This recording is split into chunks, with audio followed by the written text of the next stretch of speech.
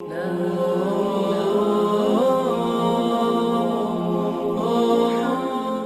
اللہ الرحمن الرحیم والصلاة والسلام علی رسولہ الکریم وعلی آلہ واصحابہ اجمعین اما بعد فاعوذ باللہ من الشیطان الرجیم بسم اللہ الرحمن الرحیم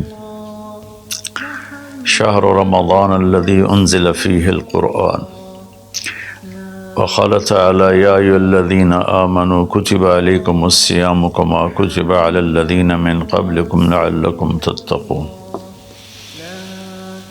وقال النبی صلی اللہ علیہ وسلم من قام رمضان ایمانا واحتسابا غفر له ما تقدم من ذنبه وقال النبی صلی اللہ علیہ وسلم من صام رمضان غفر له ما تقدم من ذنبه او کما قال۔ جی میرے محترم بھائیوں بہنوں دوستوں بچوں بچیوں، میری طرف سے رمضان کی مبارک ہو۔ سارے اہل ایمان سارے مسلمانوں کو رمضان کی مبارک ہو، اور اللہ سے دعا ہے کہ اللہ تعالی ہمارے اس روزے اور تراویح کو قبول فرمائے اور ہماری بخشش کا ذریعہ بنائے، آمین۔ کئی سالوں سے یہ معمول چل رہا ہے کہ رمضان میں قرآن کا کچھ خلاصہ وہ بیان کر دیا جائے۔ سوا پارہ پڑھا جاتا ہے، رات ہم نے 1.5 پارہ سنا، تو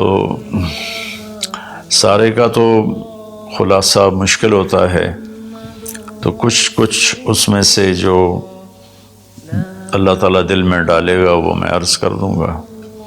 سب سے پہلی بات یہ ہے کہ یہ قرآن کیا ہے، یہ کتاب کیا ہے، تو اللہ تعالیٰ یہ کس نے اتاری ہے، اس کا مقصد کیا ہے؟ تو قرآن کا تعارف قرآن کی زبان سے، کہ قرآن خود اپنے بارے میں کیا کہتا ہے۔ تو پہلا سوال اٹھتا ہے یہ کس کی کتاب ہے، کس نے لکھی ہے، کون مصنف ہے؟ تو اللہ تعالیٰ فرماتے ہیں سورہ شعراء میں وَإِنَّهُ لَتَنزِيلُ رَبِّ الْعَالَمِينَ، یہ پیغام ہے، یہ کتاب ہے، تھوڑی تھوڑی کر کے اتاری ہوئی، تنزیل تھوڑا تھوڑا کر کے اتارنا، انزال ایک ہی دفعہ اتارنا۔ رب العالمین، جو ساری کائنات کا مالک ہے اور لارڈ ہے اور بادشاہ ہے اور پالنے والا ہے۔ لفظ رب میں اللہ نے ایک خوبصورت اشارہ کیا ہے کہ میں تمہارا پالنے والا ہوں، تو جیسے تمہاری ماں تم سے پیار کرتی ہے اور تمہارے لیے ہر وقت آسائش پہنچانے کی کوشش کرتی ہے، ہر وقت راحت پہنچانے کی کوشش کرتی ہے، تکلیف سے بچانے کی کوشش کرتی ہے، تو یہ کتاب اس رب العالمین کی طرف سے ہے جو تمہارا پالنے والا ہے۔ وہ تمہارے لیے کبھی تکلیف نہیں چاہے گا، کبھی مشقت نہیں چاہے گا۔ میرے اس قانون پہ عمل کرنا تمہارے لیے سراسر فائدہ ہے، اور اس کو چھوڑ دینا تمہارے لیے سراسر نقصان ہے۔ لفظ رب میں یہ ایک پیغام اللہ تعالیٰ نے خاموش پیغام ہمیں دیا ہے۔ کس کی کتاب ہے؟ کا رب العالمین۔ رب العالمین تو آسمانوں پر ہے، تو نیچے کون لایا؟ تو اس کا جواب ہے نزل بہ الروح الامین۔ اس کے لیے ایک مقدس فرشتہ آیا جو امانت دار ہے، کہ وہ جس طرح اللہ کی طرف سے وہ پیغام ملا اسی طرح اس کو لے کر نیچے آیا۔ امین کے لفظ نے حضرت جبریل کی ضمانت دی، اللہ کی طرف سے ضمانت۔ اور روح جو ہر آلائش سے پاک ہے، اور اللہ کا امر ہے قل الروح من امر ربی۔ تیسری بات کس پر اترا ہے، کس کو یہ دیا گیا ہے کلام کا؟ علی قلبک، اے میرے محبوب یہ آپ کے رب کا کلام ہے، جبریل اس کو لایا ہے اور آپ کے دل کے اوپر اتارا ہے۔ پہلی 3 کتابیں لکھی ہوئی اتار دی گئیں بیک وقت، اس سے پہلے چھوٹی چھوٹی کتابیں جو آئیں ابراہیم علیہ السلام پر یا دوسرے انبیاء پر، ادریس علیہ السلام پر، وہ بھی لکھی ہوئی، یہ لکھا ہوا نہیں آیا، یہ ڈائریکٹ اللہ پاک کی زبان سے نکلا اور جبریل نے اس کو لیا اور اللہ کے نبی کے دل پر اتار دیا۔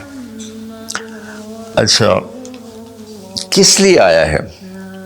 لِتَكُونَ مِنَ الْمُنذِرِينَ، یہ اس لیے آیا ہے کہ میرے محبوب آپ دنیا والوں کو بتا دیں کہ اچھائی کا انجام کیا ہے اور برائی کا انجام کیا ہے، اور اس کا نتیجہ ایک دن ظاہر ہونے والا ہے جو آخر بعد میں آئے گا، تو اس کے لیے تیاری کرو۔ منذرین صرف ڈرانے والے کو نہیں کہتے، جو پیار محبت سے کسی کو برائی کا انجام سمجھا رہا ہو، جیسے باپ کہتا ہے بیٹا یہ تو جوا نہ کھیلا کر، تو شراب نہ پیا کر، یہ تیرا نقصان ہو جائے گا، تیرا دین بھی جائے گا، تیری دنیا بھی جائے گی، اس کے سمجھانے میں ایک محبت ہوتی ہے، شدت اور سختی نہیں ہوتی۔ کس زبان میں آیا ہے؟ بلسان عربی مبین، یہ خوبصورت صاف ستھری عربی زبان میں آیا ہے۔ کائنات کی یہ وہ زبان ہے جسے اللہ نے اپنے لیے چنا۔ اللہ کا کلام عربی، میرے رسول عربی، میرے رسول کی زبان عربی، اور اہل جنت کی زبان بھی عربی۔ اللہ نے اس کو پسند کیا۔ یہ عجیب و غریب کلام ہے اور عجیب و غریب یہ لینگویج ہے۔ کسی زبان کے الفاظ کا وہ حرف کا معنی نہیں ہوتا۔ عربی زبان وہ ہے جس کے ہر حرف کا معنی ہے، الف سے لے کر یا تک ہر حرف کا معنی ہے۔ یہ عربی زبان میں آیا ہے۔ اس میں ایک یہ اشارہ بھی ہے کہ اللہ تعالیٰ عربوں سے کہہ رہا ہے کہ تمہاری زبان میں بھیجا ہے، اس کو سمجھنے کے لیے تمہیں تو کوئی مشکل نہیں ہے، اور دوسرا ہماری طرف بھی اشارہ ہے کہ تم کسی بھی زبان سے تعلق رکھتے ہو تو کوشش کرو عربی سیکھو تاکہ اللہ کے قرآن کو تم، پیغام کو تم سمجھ سکو۔ یہ مختصر سا تعارف ہے کہ قرآن کس کا کلام ہے؟ اللہ کا۔ کون لایا؟ جبریل۔ کن کے پاس لایا؟ ہمارے نبی پاک صلی اللہ علیہ وسلم۔ کس لیے لایا؟ کہ ہمیں زندگی کا انجام سمجھایا جا سکے کہ انسان ایک ایسی مخلوق ہے جو ماں کے پیٹ سے بالکل جاہل پیدا ہوتا ہے، اور اس کے مقابلے میں ماں انڈے سے نکلنے والا ہو یا ماں کے پیٹ سے نکلنے والا جانور اور کیڑے مکوڑے، یہ چونٹی کتنی چھوٹی ہوتی ہے اور انڈا کتنا چھوٹا ہوگا، تو اس سے نکل کر وہ اندھیرے میں ہوتی ہے، اور اس سے زندگی گزارنے کا پورا طریقہ معلوم ہوتا ہے کہ میرے لیے ٹھیک کیا ہے، غلط کیا ہے، صحیح کیا ہے، غلط کیا ہے۔ انسان پیدا ہوتا ہے، واللہ اخرجکم من بطون امہاتکم لا تعلمون شیئا، میرے بندو اللہ نے تمہیں ماں کے پیٹ سے نکالا، تم کچھ بھی نہیں جانتے تھے، تو ہمیں باہر سے علم لینا ہوتا ہے، اور باقی کسی مخلوق کا امتحان نہیں، میرا اور آپ کا امتحان ہے کہ اللہ فَهَدَيْنَاهُ النَّجْدَيْنِ، یہ دو راستے ہیں، یہ سیدھا ہے، یہ غلط ہے۔ قرآن سیدھا راستہ بتاتا ہے، إِنَّ هَذَا الْقُرْآنَ يَهْدِي لِلَّتِي هِيَ أَقْوَمُ، قرآن تمہیں سیدھا راستہ بتاتا ہے۔ اور شیطان کیا کرتا ہے؟ وہ ہمیں غلط راستہ بتاتا ہے، وہ ہمیں یجادلوکم وَإِنَّ الشَّیَاطِینَ لَیُوحُونَ إِلیٰ أَوْلِیَائِہِم، کہ یہ شیطان کی بھی وحی چلتی ہے جو اس لیے ہوتی ہے کہ لِتَکُونُوا مِنْ أَصْحَابِ السَّعِیرِ، کہ تم جہنم میں جا کے گر جاؤ، چلے جاؤ۔ تو اس لیے اس قرآن کا سیکھنا، چلو ہم عربی تو نہیں سیکھ سکتے ہیں، عمر کا ایک ایسا حصہ، لیکن اس کا ترجمہ پڑھ سکتے ہیں۔ ہر مکتب فکر کے علماء نے ترجمہ کیا ہوا ہے، تو وہ ترجمہ تھوڑا تھوڑا پڑھیں تو انشاءاللہ ہمیں پتہ چلے گا کہ اللہ ہم سے کیا کہتے ہیں۔ پھر اس قرآن کا مقصود کیا ہے؟ وہ ہدایت ہے۔ الف لام میم ذالک الکتاب لا ریب فیہ ھدی للمتقین، یہ کتاب کی پہلے اللہ نے ضمانت دی کہ یہ ہر شک و شبہ سے بالا تر کتاب ہے۔ دنیا میں کوئی یہ دعویٰ نہیں کر سکتا، نہ بولنے والا نہ لکھنے والا۔ انبیاء کے سوا بڑے سے بڑا علامہ ہو بولنے میں خطا کھائے گا، بڑے سے بڑا علامہ ہو لکھنے میں خطا کھائے گا، صرف میرے رب کا انبیاء اور میرے رب کا کلام ہر خطا سے پاک ہے۔ تو یہ کس لیے ہے؟ ہدن للمتقین، یہ ہدایت ہے۔ ہدا چونکہ عربی زبان ان کی تھی تو اللہ تعالیٰ نے انہی کی، سبحان اللہ، انہی کے استعمال کے مطابق جب قرآن کو اتارا تو وہ ہل کے رہ گئے۔ ہدا ویسے تو کہ سیدھا راستہ، لیکن ہدا اس چٹان کو کہتے ہیں جو سمندر میں ابھری ہوئی ہو، پانی سے باہر نکلی ہوئی۔ سمندر کے اندر بے شمار پہاڑ ہیں جو ہمارے زمینی پہاڑوں سے زیادہ ہیں، تو کہیں کہیں وہ اوپر نکل آتے ہیں، اور ان پر جب سورج کی چمک پڑتی ہے تو وہ چوٹیاں روشن ہو جاتی ہیں۔ اس روشن چوٹی کو عرب جب سفر کرتے تھے یا دوسرے بھی جب بحری سفر کرتے تھے تو ان کو نشانی بناتے تھے کہ یہ پہاڑ کی چوٹی فلاں جگہ کا پتہ بتاتی ہے، یا سمجھیے جدہ کا پتہ بتاتی ہے، یہ یمبو کا پتہ بتاتی ہے، یہ خلیج اقوا کا پتہ بتاتی ہے۔ ایک مثال دے رہا ہوں۔ تو ہدا اس پہاڑ کی چوٹی کو کہتے ہیں جس کو دیکھ کر بحری جہاز اپنی سمت اور راستے کو صحیح کرتے تھے اور منزل تک پہنچتے تھے۔ تو اللہ نے اس کتاب کو ہدا فرمایا ہے کہ انسانی سمندر میں، انسانی زندگی کی کشتی کے لیے، میں پھر دہراتا ہوں، انسانیت کے سمندر میں انسانی زندگی کی کشتی کے لیے یہ جو قرآن ہے، یہ وہ چوٹی ہے پہاڑ کی جس سے تم راستہ پاتے ہو اور جس سے تم اپنی منزل تک پہنچتے ہو۔ ایک مقصد تو اس کا یہ ہے کہ مجھے کیا کرنا ہے قرآن بتائے گا، کیا نہیں کرنا قرآن بتائے گا۔ جو کہا گیا وہ کر لو، جس سے روکا ہے وہ چھوڑ دو۔ دوسرا، قرآن کا مقصود کیا ہے؟ ھذا بلاغ للناس، یہ پیغام ہے لوگوں کو پہنچانے کے لیے، جس کو امت آج بھلا چکی ہے۔ مدت ہوئی صیاد نے چھوڑا بھی تو کیا، تاب پرواز نہیں راہ چمن یاد نہیں۔ مدت ہوئی، پرندہ پنجرے میں بند تھا، جب شکاری نے اس کو کھولا پنجرے کا دروازہ اور کہا کہ جاؤ آزاد ہو، تو وہ کہتا ہے تاب پرواز نہیں، میں اڑ نہیں سکتا، تم بہت چھوٹی عمر میں مجھے پکڑ کے لائے تھے میرے گھونسلے سے، راہ چمن یاد نہیں، اور مجھے راستہ بھی معلوم نہیں کہ میرا گھونسلہ کس چمن میں تھا، کس درخت پہ تھا، کس شاخ پہ تھا، میں کچھ نہیں کر سکتا۔ اس وقت امت خواہشات کے پنجرے میں اس طرح بند ہوئی ہے کہ راہ چمن یاد نہیں، تاب پرواز نہیں، راہ چمن یاد نہیں، کہ اللہ تعالیٰ نے ہمیں یہ سورہ ابراہیم کے آخر میں ھذا بلاغ للناس، یہ لہجہ ہے قرآن کا، یہاں ھذا بلاغ للناس، یہ پیغام ہے لوگوں کو پہنچانے کے لیے، وَلِيُنذَرُوا بِهِ، تاکہ انہیں خبردار کیا جا سکے، وَلِيَعْلَمُوا، تاکہ وہ جان لیں، أَنَّمَا هُوَ إِلَٰهٌ وَاحِدٌ وَلِيَذَّكَّرَ أُولُو الْأَلْبَابِ، کہ ایک ہی اللہ ہے، ایک ہی معبود ہے، ایک ہی الہ ہے، ایک ہی مدد کے قابل، ایک ہی پکارے جانے کے قابل، ایک ہی ہے جس کو پکارنا بھی ہے، بلانا بھی ہے، مانگنا بھی ہے، جھولی بھی پھیلانی ہے۔ یہ اس کا دوسرا مقصد ہے۔ اس امت کو ایسا نبی ملا جس کے بعد کوئی نبی نہیں آئے گا، کوئی نبی نہیں آئے گا۔ نبی اللہ بھیجتا ہے، خود بخود کو انسان نبوت کا دعویٰ کرے تو اس سے وہ نبی نہیں بنتا ہے، تو نبی اللہ بھیجتا ہے۔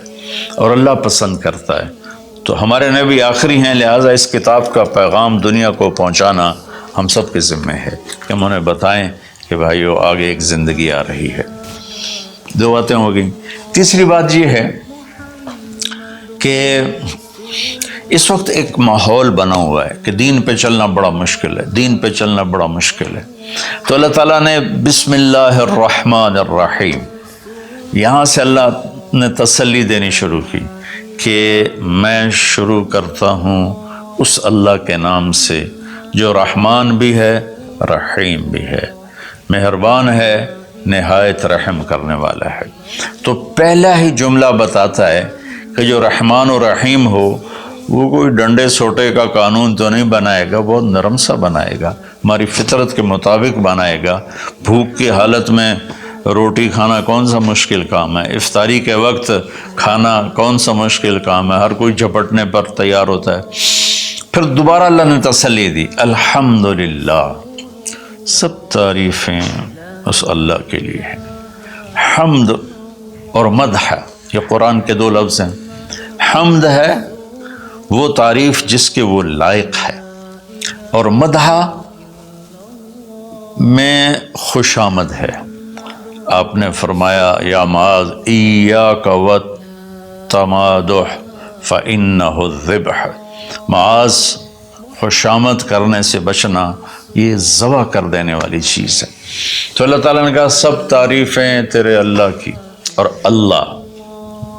اللہ کے صفاتی نام 99 ترمذی شریف میں ہیں، لیکن وہ 99 نام صرف نہیں ہے، بلکہ جیسے اللہ اپنی ذات میں لامحدود ہے تو اس کی نام بھی لامحدود ہیں، لیکن ذاتی نام جو ہے وہ اللہ ہے۔ اللہ میرے بر صغیر میں خدا بولا جاتا ہے عام طور پہ، اہل علم بھی یہی بولتے ہیں، عام لوگ بھی یہی بولتے ہیں۔ میرا اس سے کوئی اختلاف نہیں ہے کہ یہ نہیں بولنا چاہیے۔ خدا فارسی کا لفظ ہے، پتہ نہیں کس نے یہ لفظ بنایا، خدا، وہ جسے کسی نے نہ بنایا ہو اسے خدا کہتے ہیں، لیکن اللہ نے اپنا نام بتایا کہ میرا نام اللہ ہے۔ تو ترجمہ لفظوں کا نہیں ہوتا، نام کا ترجمہ نہیں ہوتا، ترجمہ عبارات کا ہوتا ہے۔ میرا نام طارق جمیل ہے، اس کے الفاظ کا مطلب ہے کچھ، لیکن مجھے طارق جمیل کہہ کے پکارا جاتا ہے، اور طارق رات کو آنے والا، اور طارق کھٹکھٹانے والا، میں تو کوئی نہیں کھٹکھٹا رہا۔ مولانا خوبصورت، جمیل خوبصورت کو کہتے ہیں، نام کا ترجمہ نہیں ہوتا۔ اس لیے بہتر یہ ہے کہ اللہ کو صرف اللہ کے نام سے پکارا جائے، اللہ، سبحان اللہ، زبان ہی میٹھی ہو جاتی، اللہ۔ یہ کوئی حرام حلال کی بات نہیں کر رہا ہوں، افضل اور اولا کی بات کر رہا ہوں کہ جو نام اللہ نے اپنا کہا، اللہ، قرآن کو شروع اس سے کیا، ہمیں اللہ کہنا چاہیے۔ جو لفظ اللہ میں نور ہے وہ لفظ خدا میں ہے ہی نہیں، صرف اللہ کا حق، صرف اللہ کا حق۔ اور اللہ کے نام میں ایک عجیب صفت ہے، کسی بھی نام کا کوئی لفظ حرف نکالو تو مطلب بدل جاتا ہے۔ جیسے طارق، رات کو آنے والا، طرق، الف نکال دو، طرق، تو طرق کا مطلب ہے زمین پہ قدم مارنا، طریق سے طرق ہے۔ طریق ہوتا ہے زمین کی وہ جگہ جس پر پاؤں کی دھمک پڑتے پڑتے پڑتے پڑتے راستہ بن جائے، اس لیے اس کو طریق کہتے ہیں۔ تو توئے ہٹا دو تو ارق، بے قرار۔ جمیل کا جیم ہٹا دو تو میل بن گیا، میل بن گیا۔ یہ ہٹا دو تو جمل، اونٹ بن گیا۔ لفظ اللہ کی ایک خصوصیت ہے کہ اس کے ہر حرف کو ہٹا دو تو اشارہ اللہ کی طرف ہی ہوتا ہے، اللہ اللہ ہی ہے۔ الف ہٹا دو، للہ، تو اللہ کہتا ہے للہ ما فی السماوات و ما فی الارض، تو اشارہ اللہ کی طرف۔ اگلا لام ہٹا دو تو بچ جاتا ہے لہو، تو اللہ تعالیٰ کہتا ہے لہو ما فی السماوات و ما فی الارض۔ پچھلا لام ہٹا دو، الف کے بعد کا لام ہٹایا تو الہ بن گیا، آخری لام ہٹایا تو لہو آخری لام ہٹایا تو الہ بنا، اور پہلا ہٹایا تو لہو بنا. تو میرا رب کہتا ہے اللہ، اچھا اللہ، الف ہٹا دو، للہ، اللہ، للہ ما فی السماوات و ما فی الارض، پھر لام بھی ہٹا دو، الف بھی ہٹا دیا، لام بھی ہٹا دیا، تو لہو ما فی السماوات و ما فی الارض. پھر آخری لام کو ہٹا کے پہلے لام کو بچا لیا تو وَهُوَ الَّذِي فِي السَّمَاءِ إِلَٰهٌ وَفِي الْأَرْضِ إِلَٰهٌ. اور پھر سب سے عجیب بات کہ سارے حرف ہٹا کر آخری ہے کی پیش کو باقی رکھو نا، تو وہ ہے اللہ لا الہ الا ہو، اللہ لا الہ الا ہو، هو اللہ الذی لا الہ الا ہو، قل هو اللہ احد، هو اللہ الذی لا الہ الا ہو. یہ لہو ما فی السماوات و ما فی الارض. تو اللہ تعالیٰ نے ہمیں تسلی دی کہ میں بہت بڑا ہوں. اچھا یہ اللہ، یہ جو تو قانون بھیج رہا ہے، تو قانون تو بڑے سخت ہوتے ہیں، تو اللہ کہتا ہے رب العالمین، نہیں میں تمہاری ماں سے زیادہ پیار کرنے والا ہوں، میں تم پر ایسے ڈنڈے نہیں چلاؤں گا. تو لیکن میرا اللہ کہتا ہے کہ میرا بندہ، میں تیری ماں سے 70 گنا کا مطلب 70 نہیں ہوتا، لا محدود درجے میرا پیار ہے. پھر تسلی نہیں ہوتی، یا اللہ تو قرآن تو بھیج رہا ہے، پتہ نہیں ہم عمل کر سکیں گے کہ نہیں کر سکیں گے. تو پھر اللہ کہتا ہے الرحمن الرحیم. کیوں ڈر گئے ہو؟ کیوں قرآن کے مطابق دکان نہیں چلاتے، زندگی نہیں گزارتے، جاب نہیں کرتے، زراعت نہیں کرتے، تجارت نہیں کرتے، شادی نہیں کرتے، ساری چیزوں کو بنا لیں، تو کیوں ڈرتے ہو؟ رب العالمین پہلی گارنٹی، الرحمن الرحیم پہلے بسم اللہ سے. پھر دوسری گارنٹی اللہ، کہ میں اللہ ہوں، نفع نقصان کا مالک ہوں. پھر رب العالمین، تم پر مہربان ہوں، تمہارا پالنے والا ہوں. پھر الرحمن الرحیم کی دوبارہ تکرار ہے. کیوں ڈرتے ہو؟ رحمان بھی ہوں، رحیم بھی ہوں. اب اللہ نے جزا سزا کا بھی ایک رکھا نا، کہ بہت سے لوگ ہیں جو محبت کی بات جتنی بھی کرو وہ الٹا ہی سوچتے ہیں، تو اس کو دھمکانے کے لیے مالک یوم الدین. پھر یہ بھی یاد رکھنا کہ میرے لیے، میرے پاس جزا سزا کا بھی نظام ہے. اس کو اللہ تعالیٰ اتنے خوبصورت انداز میں بیان کرتا ہے کہ ہم تو چونکہ عرب نہیں ہیں، لیکن عربی کچھ پڑھی تھوڑی بہت، اللہ نے اس کا ذوق بھی دیا. تو ابھی ساری بات ہو رہی کہ وہ ایسا ہے، وہ ایسا ہے، وہ ایسا ہے، لیکن آگے ہے ایاک نعبد و ایاک نستعین. یا اللہ تیری ہی بندگی کرتے ہیں، تجھی سے مدد مانگتے ہیں. تو ایک دم جیسے اللہ سامنے آ گیا ہو، الحمدللہ رب العالمین الرحمن الرحیم. ان الفاظ نے اس طرح کر دیا جیسے اللہ میرے سامنے آ گیا ہے، جیسے کأنک تراہ، جیسے اللہ میرے سامنے آ گیا تو میں کہتا ہوں ایاک نعبد، یا اللہ میں تو تیری ہی بندگی کرتا ہوں، وَإِيَّاكَ نَسْتَعِينُ، یا اللہ میں صرف تجھے پکارتا ہوں مدد کے لیے، میں کسی اور کو نہیں پکارتا. میرے نبی نے حضرت عبداللہ بن عباس سے فرمایا وَإِذَا سَأَلْتَ فَاسْأَلِ اللَّهِ وَإِذَا اسْتَعَنْتَ فَاسْتَعِنْ بِاللَّهِ، کہ اے بچے، اے میرے یا غلام، اے میرے پیارے چچا زاد بھائی، تو ایسا جب تجھے پکارنا ہو تو اللہ کو پکارنا. مدد کے لیے صرف اللہ ہے جو آتا ہے، اللہ کے سوا کوئی مدد نہیں کر سکتا. یہ اسباب کی دنیا ہے، ایک دوسرے سے مدد لینا. تو میرے نبی نے قرضے اٹھائے، میرے نبی نے زرہ پہنی، میرے نبی نے تلوار اٹھائی، لیکن وہ کام جو براہ راست اللہ کے ہاتھ میں ہے، ان میں صرف اللہ کو پکارا جاتا ہے، ان میں صرف اللہ کو پکارا جاتا ہے. ایاک نعبد و ایاک نستعین. علماء فرماتے ہیں ساری آسمانی کتابوں کا خلاصہ قرآن ہے، اور قرآن کا خلاصہ سورۃ فاتحہ ہے، اور سورۃ فاتحہ کا خلاصہ ایاک نعبد و ایاک نستعین ہے. اے میرے اللہ، یا اللہ، یہ صرف اللہ کے ساتھ ہے اور کسی کے ساتھ نہیں ہے. تو پھر اللہ تبارک و تعالیٰ، چونکہ میں نے پہلے شروع میں کہا تھا کہ ہم زندگی گزارنے کا طریقہ نہیں جانتے، تو اللہ نے ہم سے یہ دعا ہم پہ فرض کر دی کہ تم نے یہ مانگنا ہے جو کہ تم اندھے ہو جاہل ہو، کہو اہدنا، کتنی ضروری ہے۔ اللہ کہتا ہے روٹی مانگو، پانی مانگو، بیوی مانگو، بچے مانگو، جی کپڑے مانگو، زمین مانگو، جائیداد مانگو، صحت مانگو، عزت مانگو، سب کچھ مانگو، لیکن ایک چیز اللہ نے فرض کر دی کہ میرے بندے اگر تو ہدایت کے بغیر مر گیا تو برباد ہو جائے گا، لہذا تم پہ واجب کرتا ہوں، فرض کرتا ہوں کہ اہدنا الصراط المستقیم۔ اہدنا پہلے میں بتا چکا ہوں کہ خدا یا اللہ وہ چٹان دکھا دے جس کو دیکھ کر میری زندگی کی راہیں صحیح جگہ تک مجھے پہنچائیں۔ خدا عرب اس کو سن کے ہل گئے تھے کہ وہ محاورہ سمجھتے تھے، ہم محاورہ نہیں سمجھتے، لیکن عرب کیوں ہل گئے تھے؟ کہتے کیا کمال ہے یار، یہ کیا آدمی کہاں سے بولتا ہے، کیا بولتا ہے۔ وہ تو ابو جہل سے پوچھا اخنس ابن شریک نے، سچ سچ بتا محمد جھوٹے ہیں کہ سچے ہیں؟ کہنے لگا اللہ کی قسم سچے ہیں، پر نہیں مانوں گا، میں بنو ہاشم سے مقابلہ کروں گا، نہیں مانوں گا، سچے ہیں۔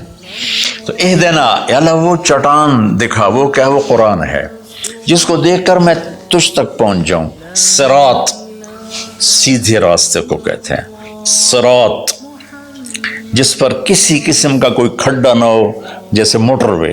اب موٹر وے بنائے تو ہم لوگ اپنے گاؤں سے، ابھی میں گاؤں سے ہی بات کر رہا ہوں، ملتان کے لیے جانا ہو، لاہور، اسلام آباد، فیصل آباد، موٹر وے سے جاتے ہیں۔ صراط موٹر وے کو کہتے ہیں۔ المستقیم جس میں وہ نہ ہو، زیادہ موڑ نہ ہو بلکہ سیدھا ہو۔ الذین انعمت علیہم، نعام اس بوٹی کو کہتے ہیں جو سردی گرمی میں خشک نہیں ہوتی، سدا بہار سرسبز ہوتی ہے۔ تو نعمتاً یا اللہ وہ راستہ دے جس میں ہر چیز ملتی ہو، سبزہ بھی ہو، خوشیاں بھی ہوں، اور اس کے راستے میں کوئی سروس اسٹیشن بھی ہو، اور کھانے پینے کا سامان بھی ہو، کوئی بوفے بھی ہو، اور کوئی جو پیٹرول اسٹیشن بھی ہو۔ آج کی زبان میں کہہ رہا ہوں، یا اللہ وہ راستہ دے جو آباد ہو، جو سرسبز ہو۔ نعم کے اندر یہ معنی موجود ہے، غیر المغضوب علیہم ولا الضالین۔ پھر کہا آمین، زور سے کہو آمین۔ تو میرے رب نے فرمایا کہ یہ مانگو کہ مجھے سیدھی راہ دکھا۔ تو میرے بھائی بہنوں، حضرت علی رضی اللہ تعالیٰ عنہ علیہ السلام کا فرمان ہے کہ اگر میں سورۃ فاتحہ کی تفسیر کروں تو 70 اونٹوں پہ لا دی جائے گی۔ 7 آیات ہیں تو ہر آیت کے لیے 10 اونٹ۔ اور ایک دفعہ فرمایا کہ عشاء کی نماز پڑھ کے بیٹھے اور فرمایا کہ میں تمہیں بسم اللہ الرحمن الرحیم کی تشریح کر کے بتاتا ہوں، اس کا مطلب بتاتا ہوں۔ تو با سے شروع ہوئے، با صرف لفظ با سے شروع ہوئے، اور فجر کی اذان ہو گئی، با کی شرح چل رہی تھی۔ تو سورہ یعنی بقرہ، یہ سارے، اب ایک اور روایت ہے کہ سورہ بقرہ سارے قرآن کی سردار ہے، اور سورہ بقرہ کی سردار آیت الکرسی ہے جس میں اللہ اپنا تعارف کرواتا ہے۔ تو اس میں اللہ تعالیٰ نے شروع ہی میں ایک حکم دیا، یا ایھا الناس اعبدوا ربکم الذی خلقکم والذین من قبلکم لعلکم تتقون۔ اگر میں ساری سورہ بقرہ کا خلاصہ بتاؤں تو یہ آیت ہے کہ اے لوگو، یا ایھا الذین آمنوا نے کہا اے دنیا کے انسانوں، اس رب کی بندگی کرو جس نے تمہیں پیدا کیا، جس نے تمہیں بنایا، جس نے جعل الارض فراشا والسماء بناء، وہ رب جس نے تمہارے لیے زمین کا فرش بچھایا، آسمان کی چھت کو تمہارے اوپر جس نے تان کے رکھ دیا، اور ما لہا من فروج، کہیں سے وہ پھٹی ٹوٹی نہیں ہے، تو اس رب کے سامنے جھکو، اس رب کے سامنے جھکو۔ عبدہ اس بوٹی کو کہتے ہیں جو صحرا میں پیدا ہوتی ہے اور ہر وقت سرسبز رہتی ہے، اور اونٹ جب اس کو دیکھ لیتا ہے تو پھر وہ کسی جھاڑی کی طرف نہیں جاتا، سیدھا اس بوٹی کے اوپر جاتا ہے۔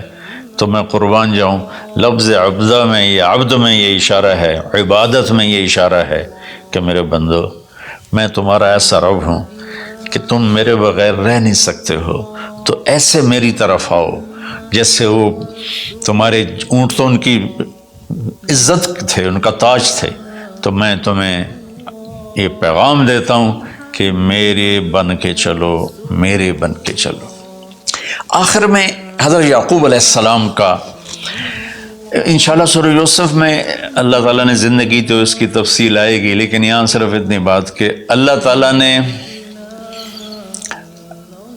باپ کے روپ کیسا ہونا چاہیے، ایک باپ کو باپ کیسا ہونا چاہیے، اس میں جو یعقوب علیہ السلام کو فٹ کیا ہے اور کسی نبی کو فٹ نہیں کیا ہے، کہ یعقوب علیہ السلام نے اپنی اولاد جو نافرمان تھی ان کے ساتھ کس طرح زندگی گزاری، جو کھو گئے ان پر کیسے صبر کیا، اور جب وہ دنیا سے جانے لگے تو اس وقت کیا فکر کیا۔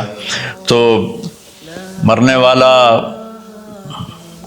کبھی کسی سوچ میں ہوتا ہے، کبھی کسی سوچ میں ہوتا ہے، تو یعقوب علیہ السلام نے فرمایا ما تعبدون من بعدی، دیکھو بیٹو میں جا رہا ہوں، میرے بعد کس کی عبادت کرو گے؟ تو انہوں نے کہا کہ ہم آپ کے رب کی اور ابراہیم کے رب کی، اسماعیل کے رب کی ہم عبادت کریں گے۔ تو والدین کے اوپر ذمہ ہے انہیں اپنے اللہ کا تعارف کرانا، اللہ کی پہچان کرانا، ڈنڈے سے نہیں، محبت سے، پیار سے، نصیحت سے۔ تو والدین پیار محبت سے اپنی اولاد کو اس پر لائیں۔ سورہ بقرہ اتنی لمبی سورت ہے کہ ابو علی رحمۃ اللہ علیہ بغداد میں 6 صدی کے عالم تھے، وہ سورہ بقرہ کو شروع کیا، اس کی شرح کرتے کرتے کرتے 32 سال گزر گئے اور وہ مر گئے، اور سورہ بقرہ وہ پوری نہیں کر سکے تھے۔ تو میں خلاصے کے طور پر اس میں سے یہ بتا رہا ہوں کہ ہم اپنے اللہ کو پہچانیں، اسی کو معبود بنائیں، اسی کو اپنی مدد، اسی کو اپنا مددگار بنائیں، اسی کی بندگی اور عبادت کریں۔ اور ایک چیز میں نے چن کے دکھائی کہ ایز اے والدین ہمیں اپنی اولاد کو کس حال میں چھوڑ کے جانا ہے، اور اس سے پہلے میں نے قرآن کا تعارف کروایا۔